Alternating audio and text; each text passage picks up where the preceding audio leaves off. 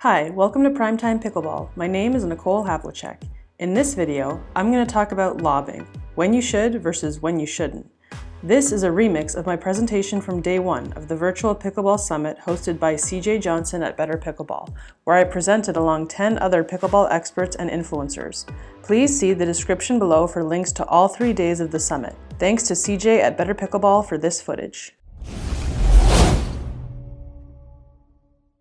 Missing one of our videos is like missing an easy put-away. Don't let that be you. Subscribe now.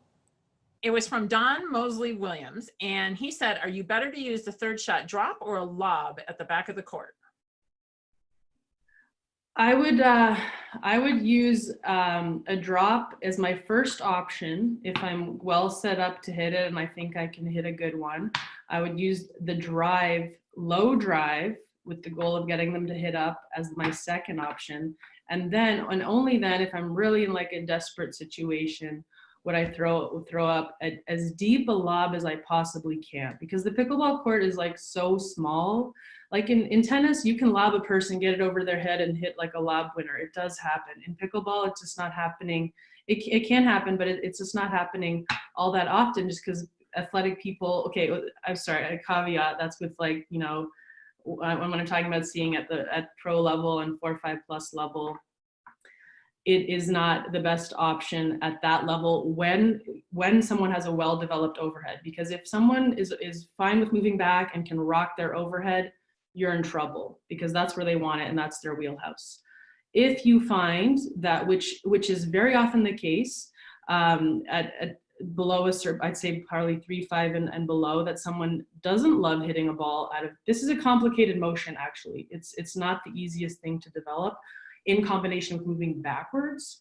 So if you find that you're not going to be in a huge amount of trouble because you put it in someone's awesome overhead wheelhouse, then by all means you can use that more frequently. Like there's a threshold of the level that you're playing against where the lob becomes more or less effective. At lower levels, yes, it can be very effective. So I might slide it in there as maybe your best defensive option at lower levels. So if at lower levels, if you find that is going to be okay and you're not going to be losing the point pretty much right away, then I would lead with the drop. And then if you can be offensive, go with the drive. And then if you're going to be defensive, then you can go with the lob. At high levels, when you're playing two people with like wheelhouse awesome overheads, then I would probably stay away from the defensive lob and really only use it as an offensive lob when you guys are locked into a dink battle for the 4 of you up at the net, would be my suggestion. If you absolutely are totally on the run and off the court, you do need to not throw that thing up in the air, get it as deep as you can to give yourself time to get back in the court, but that's like an extreme defensive situation. Excellent explanation.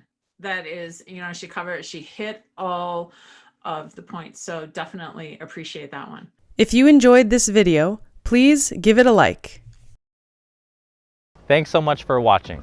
For more free video lessons, please visit primetimepickleball.com.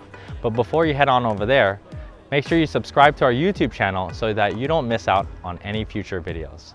Also, for PrimeTime Pickleball shirts like this and other great apparel, please visit ptpgear.com.